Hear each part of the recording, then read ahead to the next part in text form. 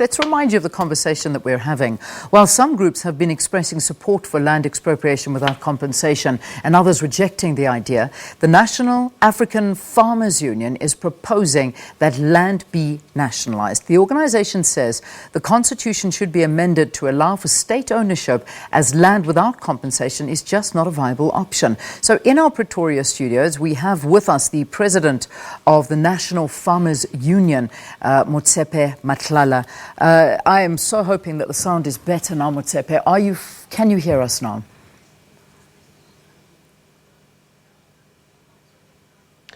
Well, it is a little bit better. I think we can proceed. Okay, good. Right, you were in the process of trying to tell us why you think that nationalisation is the way to go and not expropriation of land without compensation. Tell us why you think that's the route we should take. First of all, we must understand and appreciate that National African Farmers Union of South Africa is actually the oldest farmer union in South Africa, based on the past experiences in which the National Party government have treated, in particular, African farmers and the majority of the people of South Africa. We have then, since the beginning of 2000, more particularly, let me say 1998, begin to look at exactly what is the fair way in which land can be accessed by all.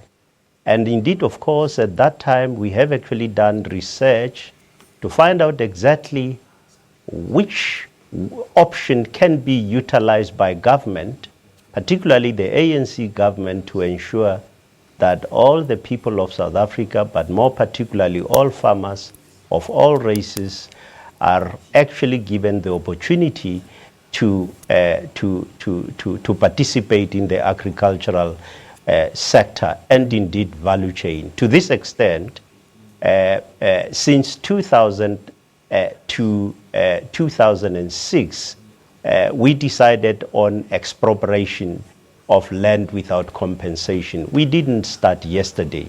Yeah. The very reason why we think that the fair manner to actually equalize the ownership trends of land in South Africa is based on the following. Number one, that we believe that land is priceless, and we believe that land should be treated as an asset of all the people of South Africa and not be sold. But secondly, all African countries, or the majority thereof, do not sell their land.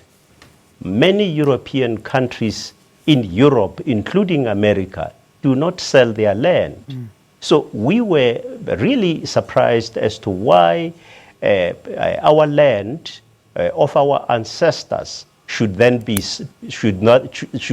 sold. Yeah. Our idea is not really directed or intended to insult anybody.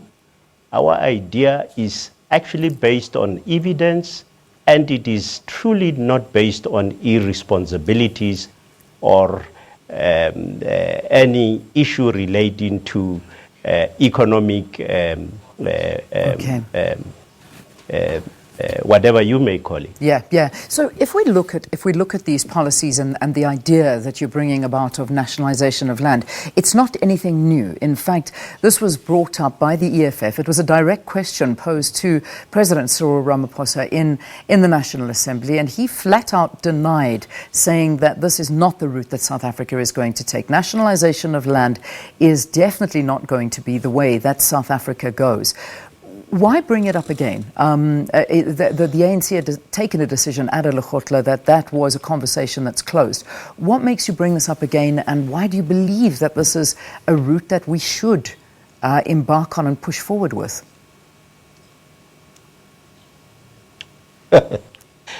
Well, I would like to differ a little bit, because the African National Congress over many years has in fact considered this matter of nationalization. And I am not really trying to speak on their behalf.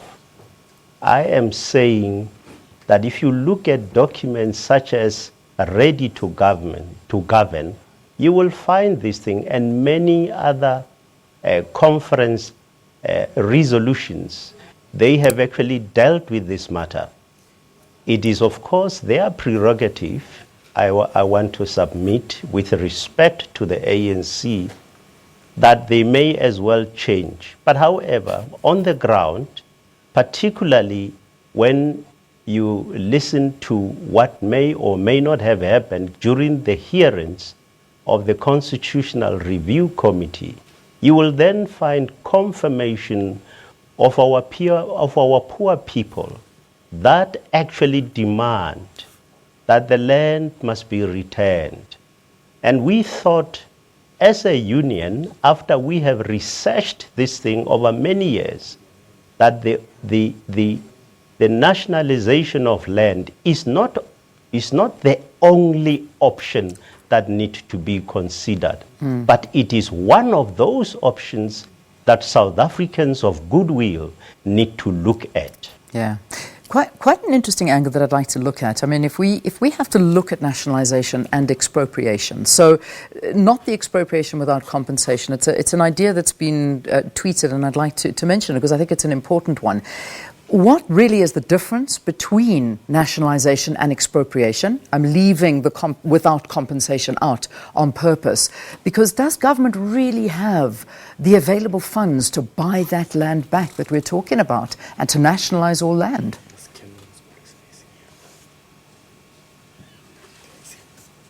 Remember, Leanne, with utmost respect to your listeners, that it is not the hero nor the personality, but the people who are the moving force of history. We have indeed, as South Africans, black and white, moved history to where the international community of nations appreciated what has happened in 1994. Having said so, one needs to understand that we need to confront difficult issues that would assist our children or generations to come, black and white, so that all of us or all of these future generations can live in harmony. We believe very respectively that there is no need to discuss, to engage, and to focus on the cosmetics. Let's look at the final resolution of land that our forebears were not able to resolve. But you are mentioning the price. Do the government have the money to pay for this? There are those who are saying that government do not have the money to pay for the land. We beg to disagree that there are, in fact, knowledgeable people in South Africa that could come together to discuss how the land can be paid. We do not agree that there is no money to pay for this land. Secondly, you mentioned the difference. The difference is if you expropriate without compensation, but I must quickly mention that the motion has actually given us the opportunity to be where we are with you discussing this matter. We believe that if you expropriate without compensation, you will find you will spend almost more than 100 to 200 years in courts, and we do not have the time to wait for this kind of period. Okay. All right. I'm going to, unfortunately, have to wrap it there. I think you've given us your ideas. I really wanted to ask, and if you're able to, in the quickest possible way, how would giving state ownership of the land empower people? One of the reasons behind expropriation of the land that government has said is that they want to give people the ability to, I suppose, restore injustices from the past. If you can, very quickly, how do you think the nationalization will give the people justice? We think that the nationalization, if considered very carefully, And indeed, if all the people would have came together to look at the risks of the nationalization, we believe that justice would have been served.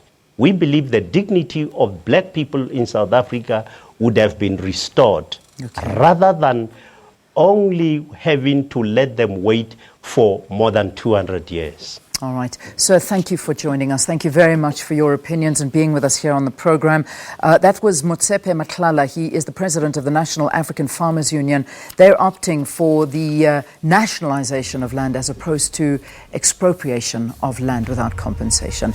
Do stay tuned. We've got more after this. Let's take a break.